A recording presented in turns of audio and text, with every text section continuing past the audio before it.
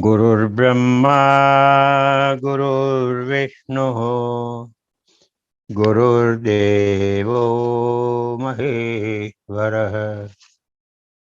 गुरुः साक्षात् परब्रह्म तस्मै श्री गुरुवे नमः।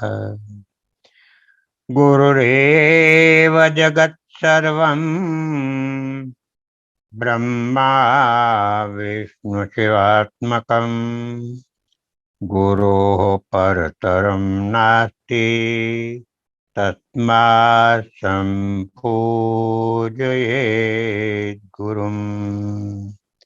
नीलाम्बुजश्यामलकोमलाङ्गम् सीतासमारोपितवामभागम्।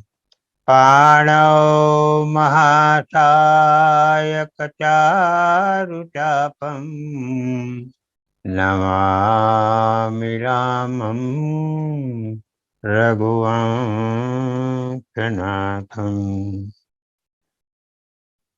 नमामि रामं रघुवंशनाथम्।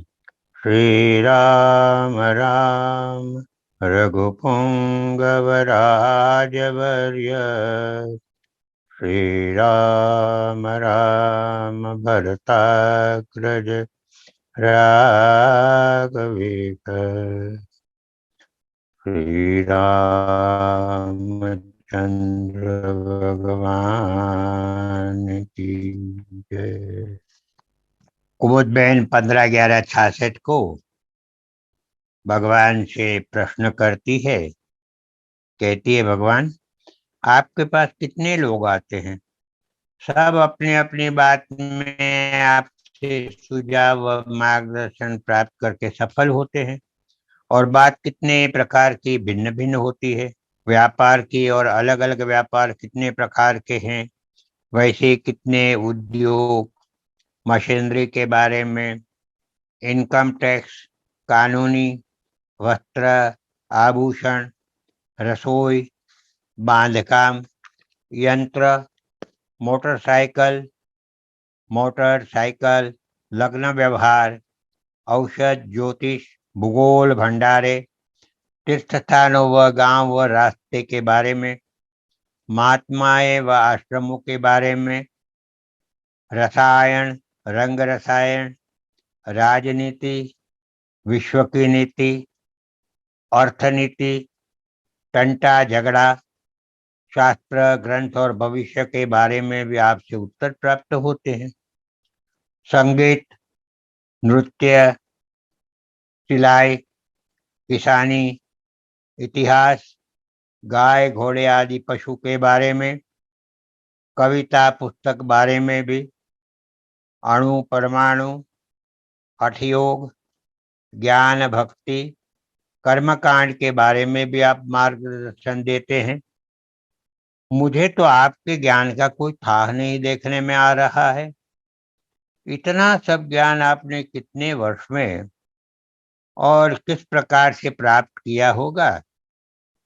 सर्वशास्त्र और 64 कला का ज्ञान आपको है?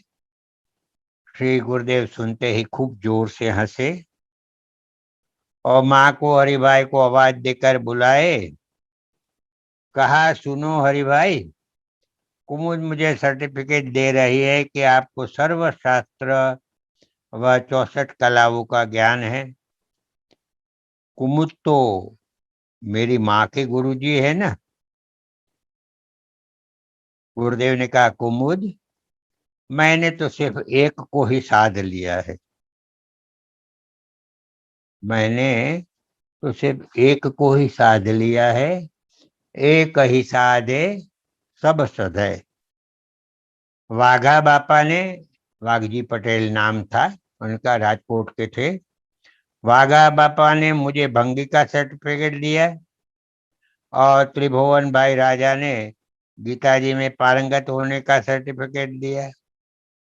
गृहस्थियों से परमार्थ कराने की कुशलता का सर्टिफिकेट प्रकाशानंद जी महाराज ने दिया और आज कुमुद बहन बीच में बोल उठी कि मैं आपको सर्टिफिकेट नहीं देती हूँ, प्रश्न पूछती हूँ।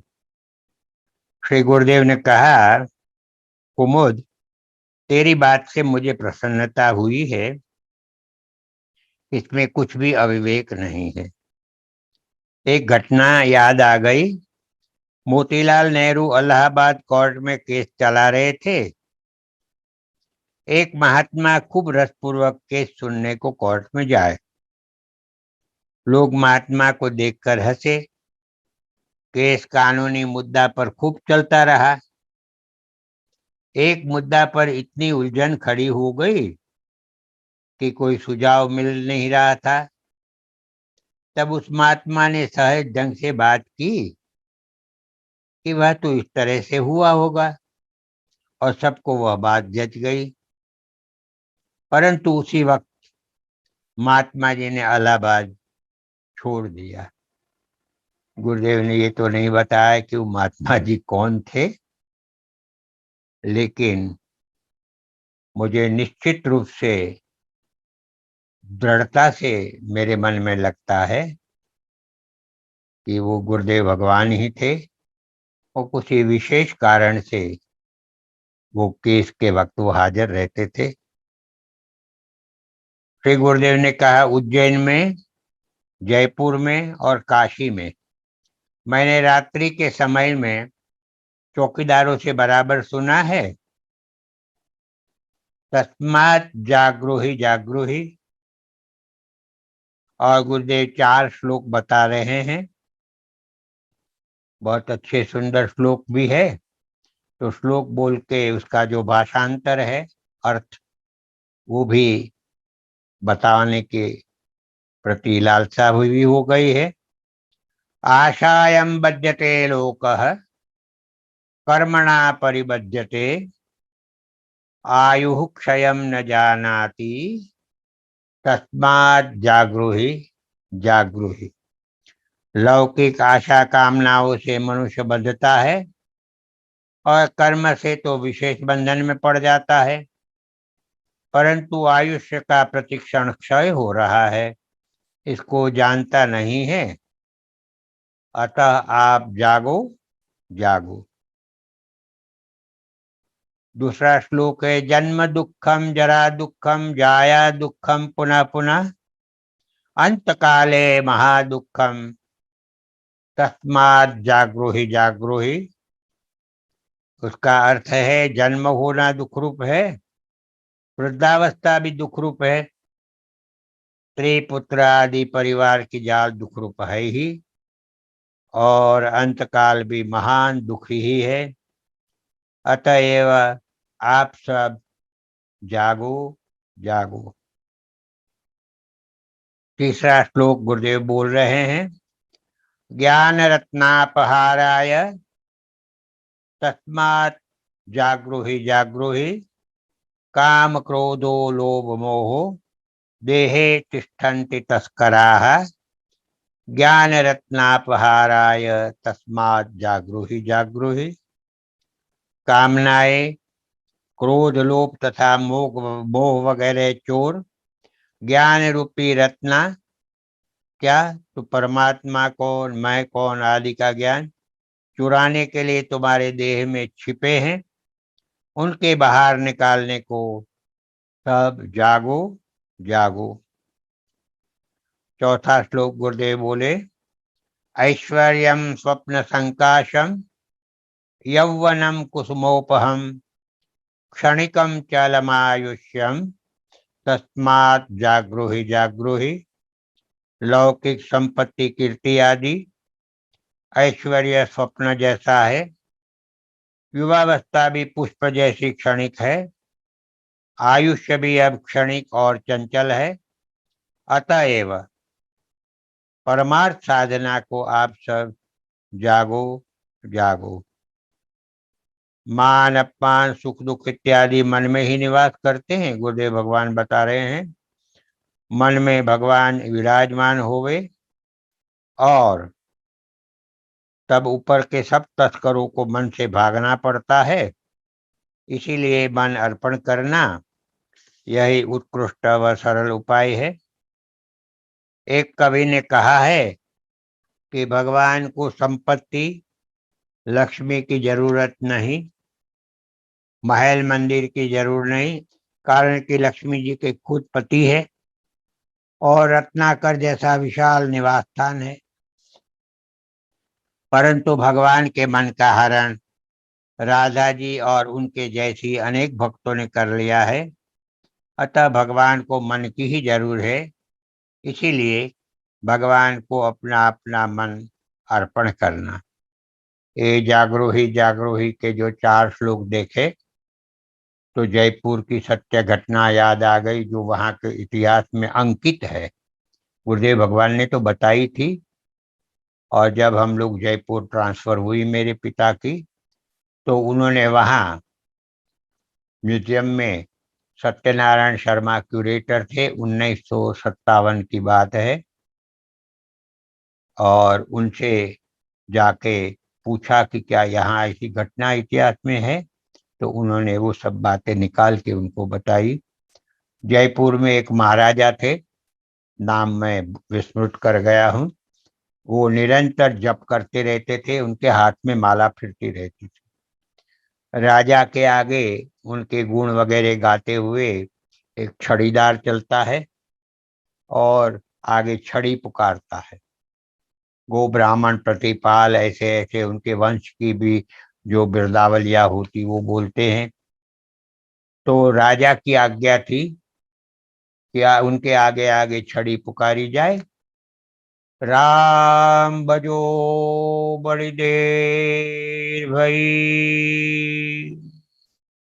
थोड़ी थोड़ी देर में छड़ीदार जहां भी राजा पधारते थे उसके आगे यही छड़ी पुकारता था।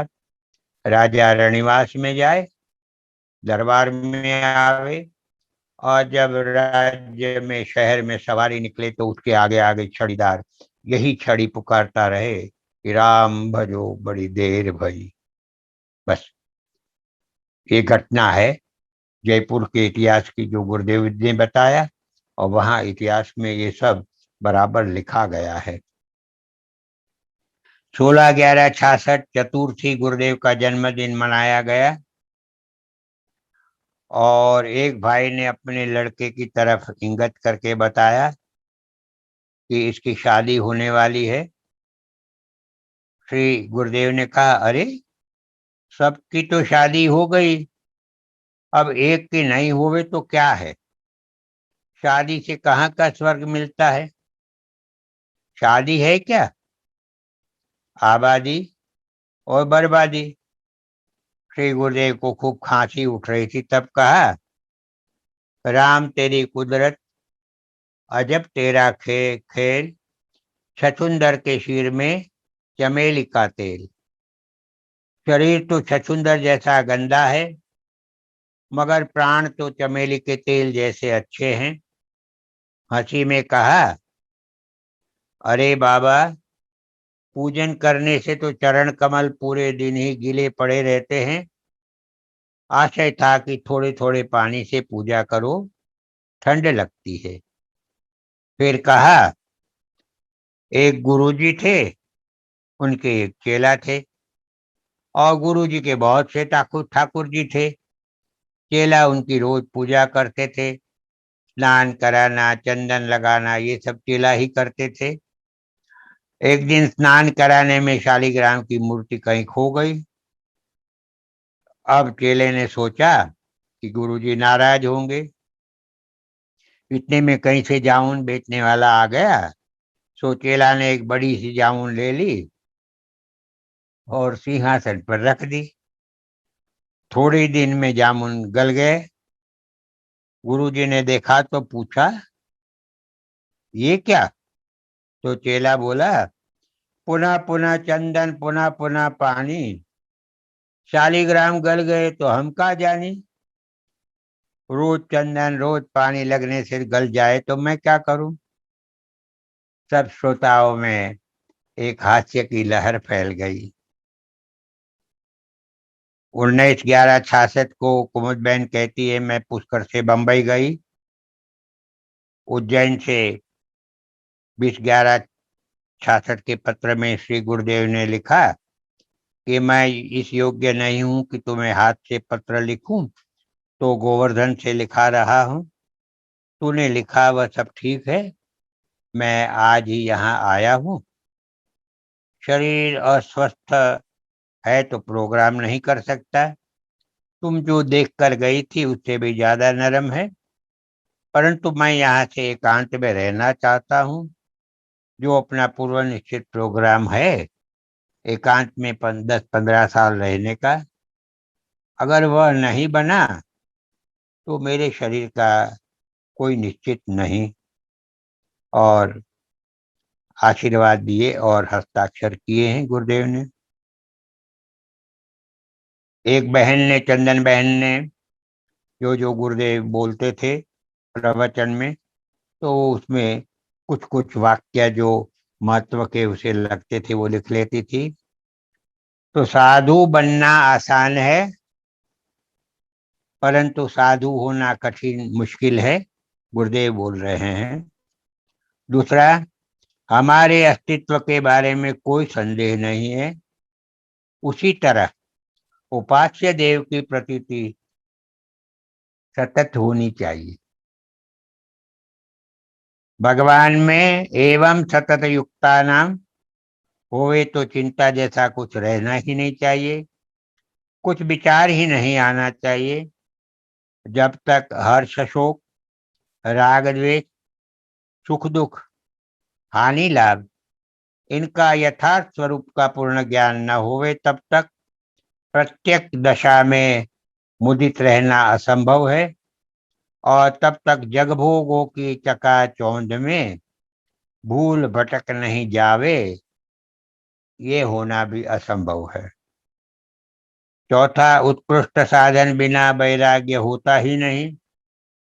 वैराग्य यानी स्वर्ग से लगाकर समस्त भोगों में अत्यंत अरुचि, काकविष्टा पर जितनी तीव्र अरुचि होती है वैसी अत्यंत अरुचि। आत्मनिरीक्षण करने पर मन कभी झूठ नहीं बोलता है। झूठी प्रवृत्ति क्यों और किस लिए, कब तक? जो अनायास होता है वो अनारंभ है। अहम टूटने के बाद मनुष्य ज्यादा दिन रह नहीं सकता। अहम न रहे तो कीटाणु जैसा हो जाता है। यह बिल्कुल असत्य है।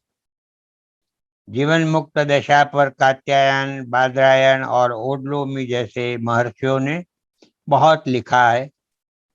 अहम का लय यानी मरने से पहले मरो और फिर कभी मरो ना, मत मरो, यानी कि जीते जी मुक्ति। ज्ञान, जानकारी, विज्ञान, विशिष्ट जानकारी, अनुभूति की जानकारी, षष्ठी भूमिका व ऊपर में विज्ञान है, उससे नीचे में ज्ञान है। आनुकूल्य से संकल्प यह शरणागति का प्रथम सोपान है।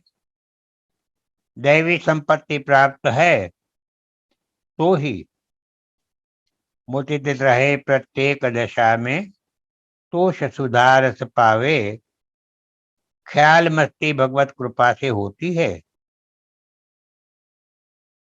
गुजरी से 2/12/66 के पत्र में श्री गुरुदेव ने लिखा है कि मेरा स्वास्थ्य कुछ ठीक नहीं है, यहाँ कब तक रहूं निश्चय नहीं। यहाँ में ये मेरा तीसरा पत्र है। तूने किसी को भी साथ रखने का लिखा है, पर मैं अब अकेला ही रहना चाहता हूँ। आप श्री की भाव समाधि नाम के प्रकरण में श्री गुरुदेव गीतावली का वनवास का पद गा रहे थे। कुमुदबेन कह रही मुझे लय स्वर बता रहे थे। पद था, कैसे पितु मातु, कैसे ये प्रिय परिजन है, जग जल दिल लाम लोने, लोने गोर शान। जिन पठये हैं ऐसे, बालकनी बन है, कैसे पितु मात, कैसे ये परिजन है।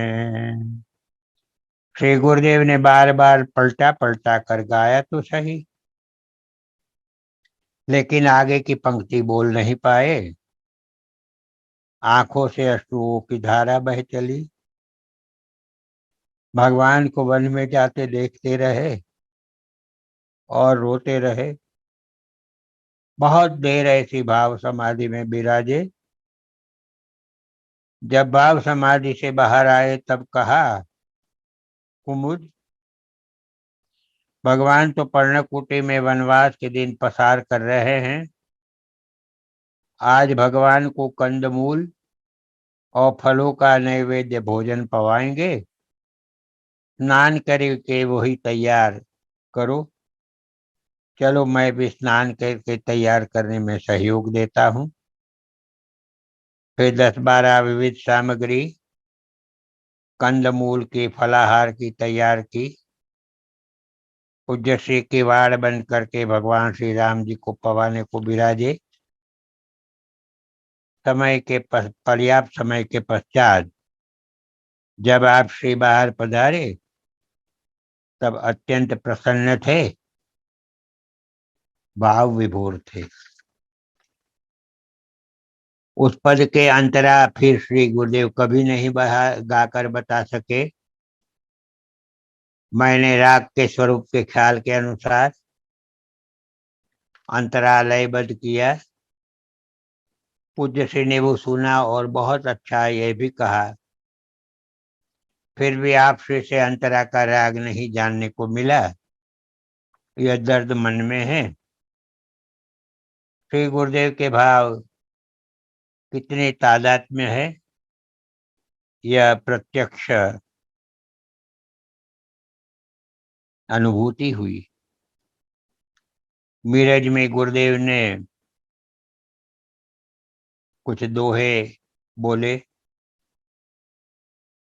छोटी न समझो तुम भूल कर खांसी को, निश्चय यह जानो सर्व रोगों का घर है। वैदक में भी यह बताया गया है कि खांसी जब कभी हो जाए तो कभी उसको छोटा न समझो। खांसी कई रोगों की जड़ है। खांसी में क्या होता है? छाती में दर्द अरु पेट में ऐठन होए, श्वास के साथ दर्द पीड़ित स्वर है, कफ के प्याले भर भर के फेंकत हैं, नाक के द्वारा ही रुमाल होत तर है। हाय हाय होत सर्वदशा करी खांसी ने, रह गई है केवल एक मरने की कसर है। 30-12-66। दक्षिण में वेलोर जाने का अति आग्रह डॉक्टरों ने किया। श्री गुरुदेव ने कहा, कुमुद, मुझे, रमेश को, कन्हैया जी को, ड्राइवर को भोजन जल्दी करा देना और तुम रोटी पाओगी, तब तक मैं सामान जीप में रखवा दूंगा। आज यहाँ से तो चलो, आगे क्या होगा भगवान जाने।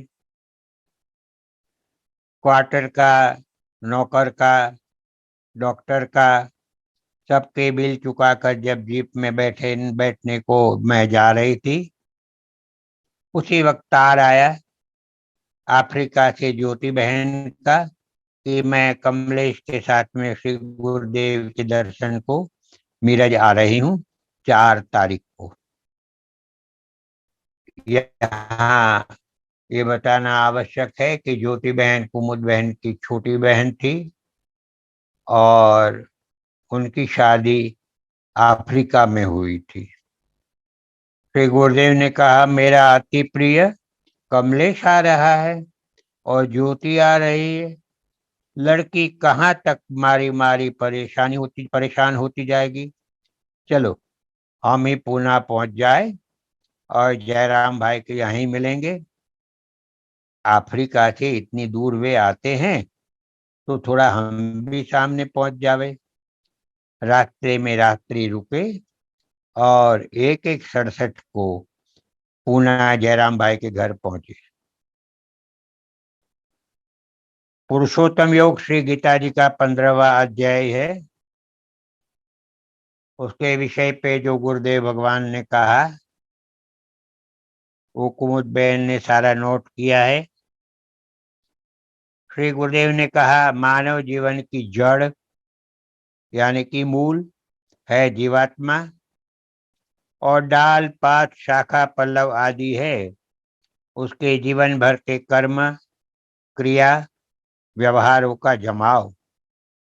यह तो रह जाता है स्थायी और मूल यानी जीव दशगात्र विधान के बाद नील व्योम का अंश बन जाएगा। नील व्योम अर्थात परम पद। फिर यह मूल जीवात्मा इस नील व्योम में समाकर चाहे मुक्ति के ज्योतियान में प्रवेश कर जाए या धूम्रयान पर सवार होकर फिर चंद्रमंडल में उतरे और पितरों का सौंप पीकर पुनः धरती पर लौटे। यह लीला तो अगम अगोचर है, मन था नहीं पाता।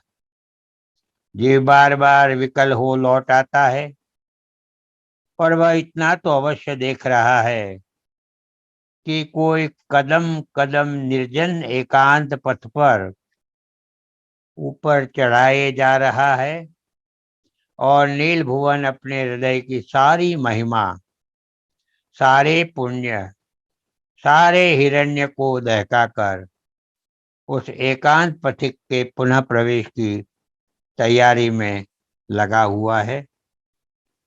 देह तो मैल है, यह भस्मीभूत हो जाती है और रह जाता है अस्तित्व का हिरण्य अर्थात आत्मा और यही काल शिखा पर चढ़कर दहक उठती है।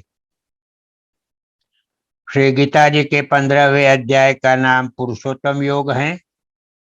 पुरुषोत्तम माने क्षर पुरुष और अक्षर पुरुष, इन दोनों के परे जो है वह ईश्वर पुरुष। वह ईश्वर पुरुष दोनों क्षर अक्षर से परे हैं जो है वह पुरुषोत्तम। क्षर माने पंचभूतात्मक नश्वर जगत क्षर ब्रह्म है। क्षर जगत का उपभोग करने वाला जीव अक्षर ब्रह्म है। क्षर अक्षर से परे जो है वह पुरुषोत्तम ईश्वर। अश्वत्थ वृक्ष रूपी संसार वृक्ष का मूल ऊपर वह उसकी शाखाएं नीचे है। नीचे माने यह प्राकृतिक जगत ऐसा भगवान ने कहा है। मूल ऊपर है क्योंकि चेतन पुरुष क्षर अक्षर से ऊपर ही है। उसी की चेतना को लेकर 3 गुणों के द्वारा क्षर ब्रह्म अर्थात संसार व्यक्त हो जाता है। ये व्यक्त संसार है उनकी शाखा और प्रशाखाएं। इस वृक्ष का आरंभ कब हुआ, अंत भी कब और किस प्रकार से होगा ये कोई जानता नहीं है। ये तो अनादि है, अनंत भी है और नित्य भी है। शाखा प्रशाखा है 3 गुणों के द्वारा ऊपर नीचे चारों ओर फैली हुई है। सत्वगुण ऊपर उठता है, तमोगुण नीचे गिरता है, रजोगुण मध्य में स्थित होता है। ऊपर मूल है वह तो है चैतन्य पुरुष। नीचे शाखा प्रशाखा वह तो है प्रकृति। 3 गुणों के द्वारा इंद्रियों के विषय कर्म भोग आदि का विस्तार होता रहता है। इसका क्षण क्षण पर अधिक अधिक प्रसरता हुआ इस वृक्ष के विस्तार को रोकने का एक ही उपाय है, और वह है अनासक्त भाव से रहना, कर्तव्य निष्ठा से भगवदमय जीवन जीना, भगवदमय जीवन यापन करना। जब विषय भोग से चैतन्य प्रवाह को अक्षर पुरुषोत्तम रोक लेता है, तब फिर क्षर पुरुष का प्रवाह नष्ट होता जाता है और अक्षर पुरुष मुक्त होता जाता है। मुक्त होता होता पुरुषोत्तम की ओर उठता जाता है। तब पुरुषोत्तम का अनुभव दर्शन प्राप्त करके समझता है कि यथार्थ में वह क्या है, क्षर क्या है और उसे कहाँ पहुंचने का है। परम चैतन्य पुरुष का स्थान ही परम पद है, वही अव्यय है। जो सुख दुख राग द्वेष मोह ममत्व आदि द्वंद्वों से मुक्त होता है, वही वहां पहुंच पाता है। पूर्ण सत्व का निर्मल प्रकाश तेज वहां है। उस परम पद का वर्णन गीता जी में है। 15वां अध्याय का 6ठा श्लोक है। न तद्भासयते सूर्यो न शशांको न पावकः। एक सूर्य नहीं, परंतु ऐसे करोड़ों सूर्य का प्रकाश भी उस धाम के प्रकाश के बराबर नहीं है। महाप्रकृति से 3 गुणों का प्रसव होता है।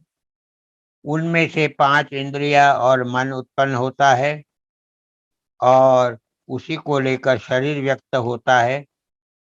गीता जी के 15वें अध्याय में 7वें श्लोक में कहा है, मनःषष्ठानि इंद्रियाणि प्रकृतिस्थानि कर्षति। यह पंचभूतात्मक शरीर तो जड़ है, उसको चैतन्य करने वाला तो ईश्वर का सनातन अंश है, जीवात्मा अक्षर पुरुष है। ममैवांशो जीवलोके जीवभूत सनातन है। और मानस जी में भी कहा है, ईश्वर अंश जीव अविनाशी। जीवात्मा ईश्वर का अंश है। इसका अनुभव साक्षात्कार करना ही साधक का ध्येय होता है, यही साधना है। जीवात्मा ईश्वर का अंश है, उसी का अनुभव साक्षात्कार करना ही साधक का ध्येय होता है, यही साधना है। जीवात्मा के रूप से ईश्वरीय शक्ति बार बार व्यक्त होती रहती है। शब्द, स्पर्श, रूप, रस और गंध के उपभोग के लिए कान, त्वचा, आंख, जीभ और नाक ये 5 ज्ञानेंद्रिया है और उनके साथ रहता है मन। महाप्रकृति माया का विस्तार अतिशय भूल भुलैया वाला है। साधारण जीव उसी के भुलावे में जन्म मृत्यु के चक्कर में अविरत घूमता रहता है। ईश्वर क्षर जगत के और अक्षर जीव के ऊपर ईश्वरी सत्ता है। इस क्षर जगत के और अक्षर जीव के ऊपर ईश्वरी सत्ता है। ईश्वरी सत्ता ही सोम धारा है, वही जीवन रस चैतन्य का अनंत स्रोत है, भंडार है। उसी में से मनुष्य, पशु पक्षी, वृक्ष पदार्थ मात्र उत्पन्न होते रहते हैं और चैतन्य रस पाकर विकसित होते रहते हैं और इसी ईश्वर के विधानुसार ईश्वर के काल शक्ति के वश होते रहते हैं। पुष्णामि चौषधि सर्वा सोमो भूत्वा रसात्मकः। श्लोक 15-13 में सोम का और 15-14 में अग्नि का वर्णन है। सृष्टि की उत्पत्ति में मूल 2 धाराएं हैं, एक सोम धारा, दूसरी अग्नि धारा। सोम शीत धारा है, अग्नि तेज धारा है, उष्ण है। 15वें अध्याय के 14वें श्लोक में अहम वैश्वानरो भूत्वा प्राणिनां देहमाश्रितः प्राणापान समायुक्तो पचाम्यन्नम चतुर्विधम। प्राण और अपान के रूप में जीव की जीवन की यह शक्ति शरीर में संचार करती है और दोनों के मिलन से प्राणी मात्र के भीतर अंश वैश्वानर रूप से विराजमान है। शतपन्न ने कहा है, स एषोग्नि वैश्वानरः यत् पुरुषः। अन्न को पचाने वाली अग्नि को वैश्वानर कहा है। अग्नि माने ज्वाला युक्त अग्नि नहीं, परंतु विभिन्न प्रकार के पाचक और दाहक रसों के रूप में महाप्रकृति जिस शक्ति का निर्माण करती है, उसी शक्ति को वैश्वानर कहा गया है। वैश्वानरी शक्ति से ही अनेक प्रकार के खाद्य पदार्थों का पाचन होता है। फिर उसी से रस, धातु, रक्त आदि पैदा होते रहते हैं और शरीर का जीवन व्यवहार चलता रहता है। जब वैश्वानर मंद हो जाता है तब अनेक प्रकार के विकार उत्पन्न होने लगते हैं। शरीर में जिसको रोग कहते हैं, वैश्वानर विलीन या बुझ जाता है तब शरीर का सारा व्यवहार शांत हो जाता है, मृत्यु होती है। इस प्रकार वैश्वानर चैतन्य का आंशिक स्वरूप है। भगवान ने कहा है, अहम वैश्वानरो भूत्वा, मैं ही वैश्वानर होकर प्राणियों के शरीर में स्थित हूँ। वैश्वानर साक्षात ईश्वर का अंश है। जीव ईश्वर का अंश है। गीता के 15वें अध्याय में 15वां श्लोक में सर्वस्य चाहम हृदि सन्निविष्टो ईश्वर सर्वभूतानां हृदयेषु तिष्ठति। ये 18वां अध्याय का 61वां श्लोक है। उपनिषद में भी कहा है, अंगुष्ठ मात्र पुरुषः जनानां हृदये सन्निविष्टः। अंगुष्ठ मात्र इसलिए कहा है कि चैतन्य अंश का कोई माप नहीं होता। चींटी के शरीर में भी वही अंश है और हाथी के शरीर में भी वही अंश है। अंगुष्ठ पुरुष केवल ज्योति रूप है, उसका कोई माप नहीं होता है। मनुष्य के 3.5 हाथ की शरीराकृति निश्चित माप वाली है, उसे तो चाक्षुष पुरुष कहा है। हृदय से माने हर एक प्राणी के भीतर रहा हुआ मूल बिंदु, जिसमें चैतन्यता स्थित है। वेदैश्च सर्वैरहमेव वैद्यः, 15वें श्लोक में प्राणी पदार्थ अर्थात भूतों में रही हुई चैतन्यता वही ईश्वरी तत्व है, उसका ज्ञान प्राप्त करना चाहिए। द्वाविमौ पुरुषौ लोके क्षरश्चाक्षर एव च, 15वें अध्याय के 16वां श्लोक है। पंचभूत क्षर है। द्वाविमौ पुरुषौ लोके क्षरश्चाक्षर एव च, और भूतों के समूह में अर्थात शरीर में रहने वाला जीवात्मा अक्षर है। क्षर प्रकृति और जीवात्मा अक्षर, इन दोनों से परे उत्तम अव्यक्त पुरुष ईश्वर है, वही है पुरुषोत्तम। भगवान कहते हैं, मैं अक्षर अक्षर दोनों से पर हूँ, इसलिए मुझे वेदों ने पुरुषोत्तम कहा है। यह गुह्य रहस्य तुमसे मैंने कहा है अर्जुन। भक्तिवशः पुरुषः, परम पुरुष अर्थात भगवान भक्ति के वश में है। भक्ति भगवान का ज्ञान देती है। संसार के मोह, ममत्व व रागादि का नाश कर देने वाली भक्ति है। प्रश्न किया किसी भक्त ने, ध्येय सिद्धि करने की पात्रता है या नहीं, इसकी कसौटी क्या। श्री गुरुदेव ने कहा, मानहानि, सत्ता हानि, धन हानि से विचलित न होने की, या पदार्थ भाव न भोगने की अति शक्ति जिसमें उदय होकर वृद्धि हो सके और फिर पुष्ट होकर वही स्वाभाविक अवस्था में अविचलित बनी रहे, यही मुख्य कसौटी है। साधक कभी दो चार प्रसंगों में मानहानि सह लेता है और मानता है कि मैं सहनशील बन गया हूँ, स्थितप्रज्ञ बन गया हूँ, परंतु वही साधक बाद में भविष्य में छोटी सी मानहानि का प्रसंग उपस्थित होते ही असहिष्णु हो जाता है और सामने वाले व्यक्ति के राग द्वेष ईर्ष्या के निम्न स्तर पर पहुंच जाता है।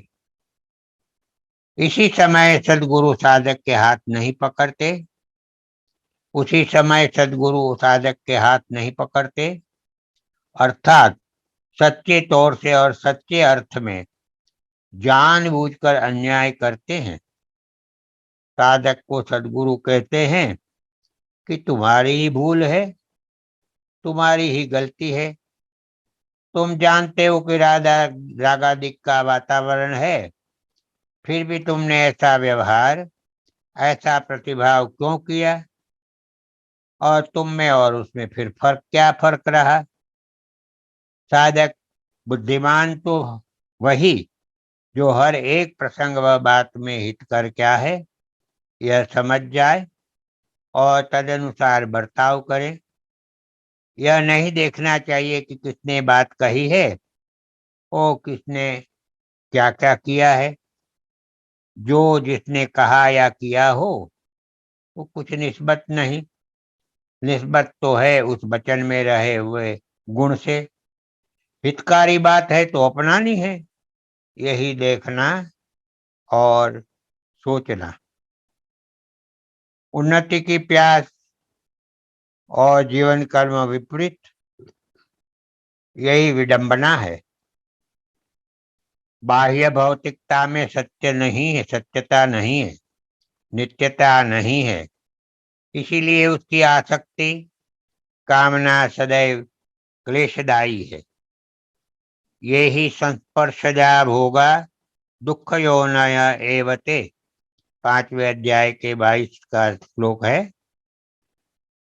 यही संस्पर्शजा भोगा दुख योनय एवते, इंद्रिय व विषयों के संयोग से उद्भूत भोग मात्र का परिणाम दुख है।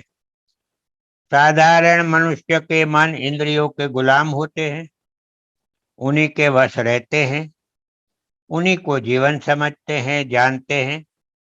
इंद्रियों के सुख भोग के परिणाम में दुख वेदना, राग द्वेष, मोह ममत्व के दुख संताप का अनुभव होता है।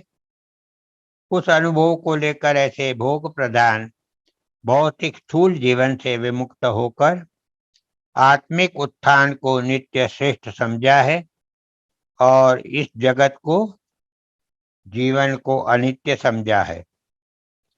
मात्र मनुष्य ही आत्मिक उन्नति कर सकता है, आध्यात्मिक अनुभव का आनंद प्राप्त कर सकता है। स्थूल इंद्रियों के आनंद से आत्मिक आनंद कितना उच्च प्रकार का दिव्य है, यह केवल कल्पना नहीं है परंतु अनुभूति है, और यह अनुभूति मनुष्य मात्र ही कर सकता है, और यह अनुभूति मात्र मनुष्य ही कर सकता है।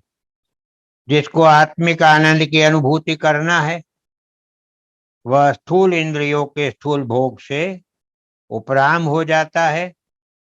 वह क्षुद्र लालसाओं से अलिप्त होकर हर एक कर्म व विचार भाव में आत्मिक उन्नति का अनुसंधान बनाए रखेगा। गीता जी के 2 अध्याय का 48वें श्लोक में भगवान कहते हैं, योगस्थः कुरु कर्माणि संगम त्यक्त्वा हे धनंजय योग में स्थित होकर केवल ईश्वर के लिए कर्म कर। आत्म उत्सर्ग की साधना कभी निष्फल नहीं जाती है, परिणाम में कभी दुर्गति नहीं होती है। चाहे जितनी भी कर पाओगे वह एक दिन अवश्य ही अंतिम लक्ष्य तक पहुंचा देगी। दूसरे अध्याय के 40वां श्लोक है, स्वल्पमयस्य धर्मस्य त्रायते महतो भयात्। अर्थात इस कर्म योग रूप धर्म का थोड़ा सा भी अनुष्ठान करने से वह जन्म मरण रूप महान संसार भय से रक्षा किया करता है। जिसकी भी दृढ़ निष्ठा भगवान के लिए हो गई है उसका ध्येय सिद्ध होकर ही रहेगा। पापी भी भगवत निष्ठ होते ही परम गति को प्राप्त होता है। यह गीता जी के 90वें अध्याय के 32वें श्लोक में है। पापी सदा काल पापी ही नहीं रहता है, उसका भी उत्सर्ग हो सकता है और चाहे तब जरूर हो जाता है। आत्मिक उन्नति में बाधक होने वाला कर्म है, आत्मिक उन्नति में बाधक होने वाला कर्म है। मनुष्य को उन्नति की प्यास है, इच्छा है, परंतु जीवन कर्म उससे विपरीत निम्न भूमिका का है। यही विडंबना है। पंचेंद्रियों के रसानुरोगी वृत्तियों से कर्म होते रहते हैं। भोजन, निवास, वस्त्र, भोग इत्यादि के वास्ते कर्म होते रहते हैं। बहुत कम लोग अपनी क्रिया आचरण का अवलोकन कर सकते हैं। सामान्यतः स्वयं क्या कर रहा है यह देखने समझने की क्रिया शक्ति, विवेक शक्ति साधारण मनुष्य में नहीं होती। आत्मनिरीक्षण से ही स्वयं को पता चलता है कि सत्य में मैं क्या हूँ, कैसा हूँ, जो कुछ भी कर रहा हूँ इनके पीछे प्रेरक वृत्ति ऊर्ध्व की ओर ले जाने वाली है या नीचे को ले जाने वाली है। भोग के अनेक साधन प्राप्त होने पर भी तृप्ति संतोष नहीं होता है। इच्छाएं भी पूर्ण होती हैं फिर भी सुख नहीं, कारण कि नूतन भोग नूतन इच्छा की श्रृंखला बनी रहती है। गुरुदेव कह रहे हैं कि मानव को मन, बुद्धि और वाणी से भगवान ने सृष्टि में विशेष स्थान दिया है। इसीलिए मनुष्य को पाप पुण्य, शुभ अशुभ समझना ही चाहिए, अर्थात विवेक को जागरूक रखना ही चाहिए। यह ध्रुव है कि विवेक जागृत नहीं होता तब तक कोई शक्ति सार्थक नहीं होती, प्राप्त भी नहीं होती। कभी सोचा है इस बात को? पशु पक्षी, जल, पवन इत्यादि सबकी रचना मनुष्य के हित के लिए, मनुष्य के उपयोग के लिए है। कितने पशु पक्षी, पेड़, पर्वत, जल प्रवाह इत्यादि मानव समाज के सुख सुविधा और हित के लिए उपयोग में आ रहा है। कभी सोचा है इसको? कामी, क्रोधी, ईर्ष्यालु, द्वेषी, पाखंडी, दुराचारी, आलसी, अन्यायी और आतताई मनुष्य और पशु में कोई अंतर नहीं है। मनुष्य जन्म सार्थक हो इसीलिए अपने ही मन को उदार व विशाल बनाने की शुरुआत जागृति पूर्वक करनी चाहिए। सिर्फ अपना ही सुख दुख का अनुभव करना तो पशुवत जीवन रीति है। मनुष्य को तो यथार्थ में मनुष्य बनना चाहिए। सामने वाले मनुष्य को क्या दुख कष्ट है यह समझना, जानना, सीखना चाहिए। यह प्रथम सीढ़ी है। फिर सामने वाले की परिस्थिति के विषय में दया, करुणा, हमदर्दी का अनुभव करना चाहिए। यह दूसरी सीढ़ी है। बाद में ऐसा हो जाना चाहिए कि ऐसी हमदर्दी के सुझाव किए बिना रहा न जाए। ऐसी दशा वही मानवता। सामने वाली व्यक्ति की मानसिक, आर्थिक या शारीरिक परिस्थिति जो भी हो, उसके साथ हमको क्या, कोई परवाह नहीं। ऐसे समझ के साथ अपने स्वार्थ की बात, व्यवहार व वाणी व्यवहार आदि से कार्य करने वाला दानव है। 3 ताप के कारण गुरुदेव बता रहे हैं। तन के ताप, पहला हिंसा, चोरी, व्यभिचारी, अभिमान से उदंड व्यवहार करना और अहितकारी तथा पर दुखदायी चेष्टाओं में शरीर का उपयोग करना। ऐसे मनुष्य के तन के शरीर के ताप दुख आते हैं। मन के ताप, राग, द्वेष, ईर्ष्या, दूसरों के अहित की चाह, पराया धन, पराये मकान, जागीर, संपत्ति की चाह, भोग, मान, धन और जीवित रहने की तृष्णा, क्रोध, अन्याय और अनीति, अहंकार जिसकी वजह से अपने को कर्ता, भोक्ता, सर्वे सर्वा समझना आदि से संताप, शोक, अशांति मन में पैदा होते हैं। वाणी के ताप, असत्य बोलना, निंदा, कठोर वचन व गाली इत्यादि बोलना, व्यर्थ बातों पर चर्चा करना, अपने मुंह से अपनी बड़ाई करना, प्रशंसा करना, अपने सद्गुणों को बखानना आदि से कटुता, भय, असलामती का ताप होते हैं। दयालुता खानदानी नेकी से रईसी झिलमिलाती है। आज धनी बहुत हैं, परंतु श्रीमंत तो कोई बिरले हैं। अमीरी के साथ रईसी प्रतिष्ठा भी होनी चाहिए। दयालुता, खानदानी, ईमानदारी, नेकी, आदर्श निष्ठा होती है, तभी अमीरी रईसी झिलमिलाती है। ब्रजमोहन दास तापड़िया हर रोज 100 ब्राह्मणों को अपनी हवेली में भोजन कराने के बाद ही भोजन करते थे। नर्मदा तट पर छोटा उदयपुर के पास गोपाल लाल जी का मंदिर का निर्माण किया और नर्मदा जी की परिक्रमा करने वालों के लिए ठहरने और भोजन की सेवा करने का चालू किया, जो आज भी उनके ट्रस्ट के द्वारा हो रहा है। मूलचंद ललवानी भी ऐसे दूसरे रईसी हो गए। उन दिनों में भी उन्होंने छुआछूत को मानी नहीं थी। मुश्किल तो है गंभीरता और समता रखना। यहीं पर मनुष्यत्व व पशुत्व का अंतर स्पष्ट होता है। सब मनुष्य देहधारी मनुष्य नहीं होते। सब पशु शरीरधारी पशु नहीं होते। पशुओं में भी क्वचित बिरले आत्मा पूर्व के अदृश्य संस्कारों के भोगानुसार आ जाता है। गज गोपाल आदि की कथा है ना। आर्य नारी तो सहनशीलता का स्वरूप है। स्त्री को नरक की खान कही है, परंतु ये एक साधक की दृष्टि है।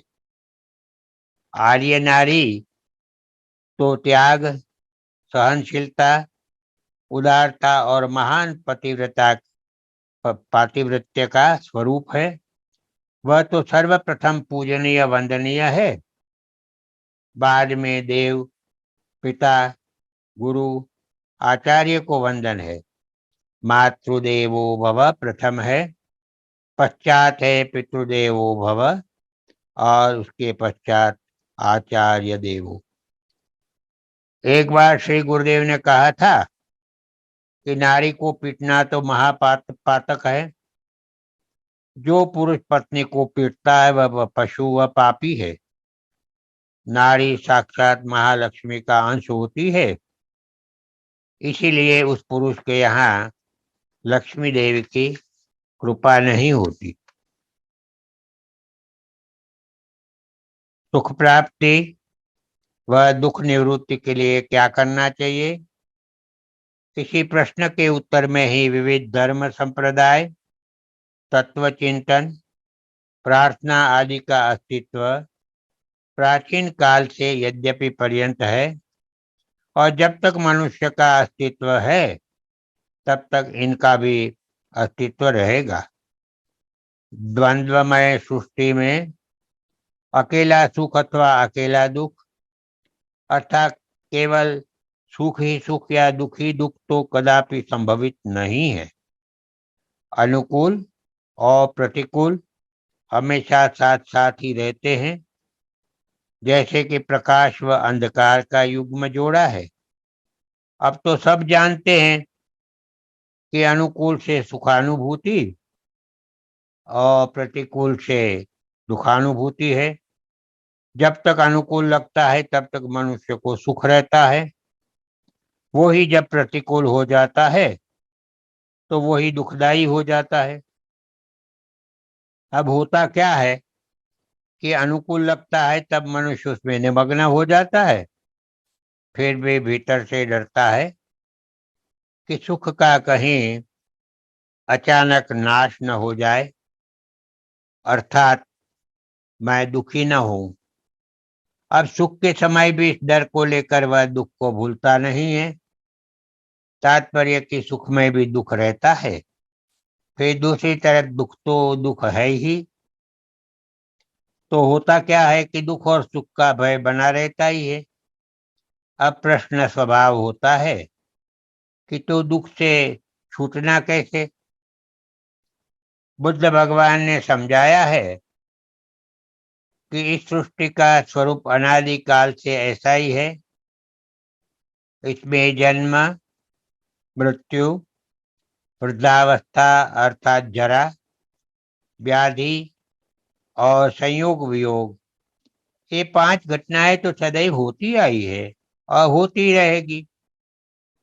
मनुष्य को इस घटनाओं को लेकर दुखी होना या नहीं होना है, इसकी समझदारी होनी चाहिए। इस घटनाओं को तुम तो कदापि रोक नहीं सकोगे, तो बुद्धिमानी तो इसी में है कि इस कठोर वास्तविकताओं को तत्परता से स्वीकार करना।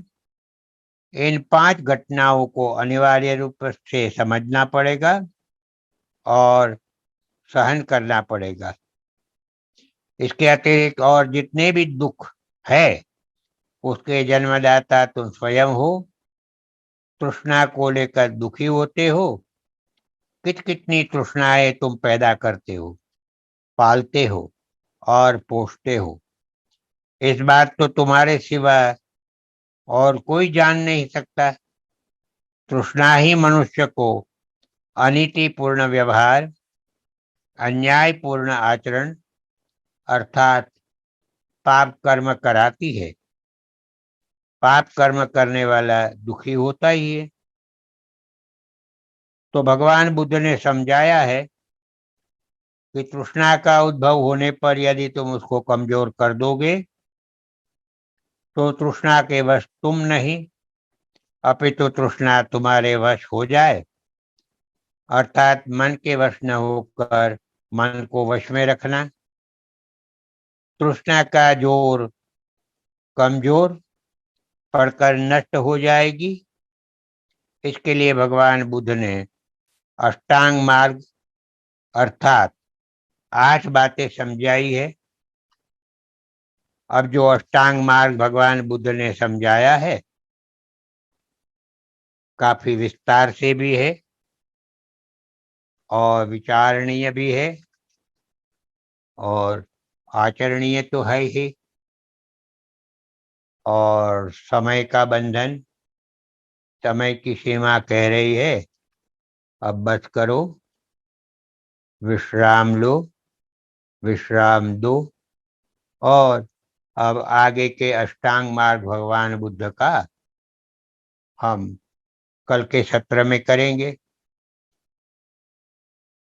तब तक हम नित्य प्रति की हमारी जो प्रार्थना है उसको करें, और इसकी वृत्ति जो है निरंतर 24 घंटा और जीवन भर बनी रहे ये वृत्ति, ये भी हम ख्याल रखें और इसके लिए भी भगवान से प्रार्थना करें।